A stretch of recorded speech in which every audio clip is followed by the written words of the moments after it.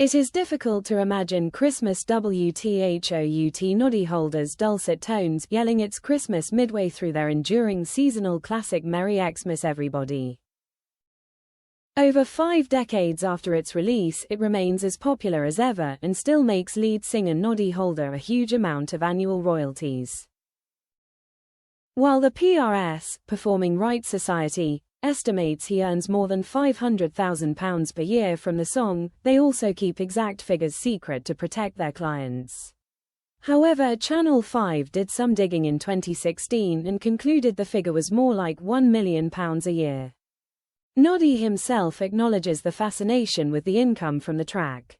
In 2021 he told The Guardian, "Everybody wants to know how much money we make.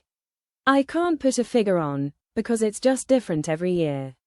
Some years it's used in an advert or movie. There's been all sorts of cover versions.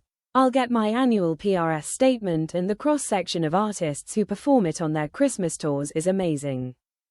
All 4 of the original Slade share performing rights, but it just happens that Jim, Lee, and me were the main writers, so we earn more.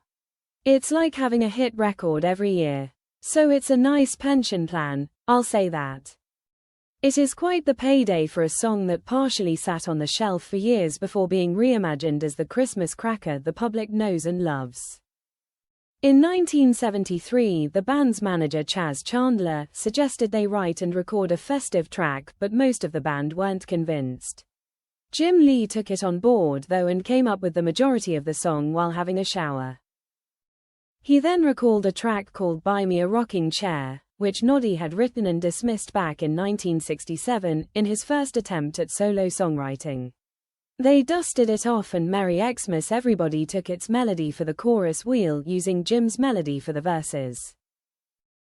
When it came to the legendary lyrics, Noddy, who finished the song at his mother's house in Walsall, told Daily Mail in 2007, he wanted to make it reflect a British family Christmas.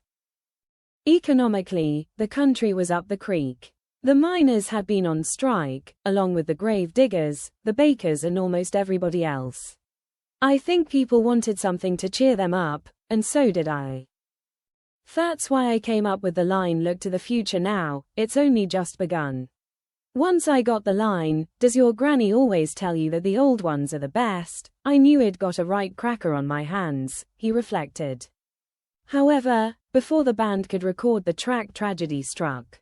4 days after the end of their huge European tour, the band's drummer, Don Powell, was in a car crash, which killed his girlfriend and left him on life support for 6 weeks. Encouraged by doctors to get back behind his drum kit, Slade headed to New York to record away from the limelight.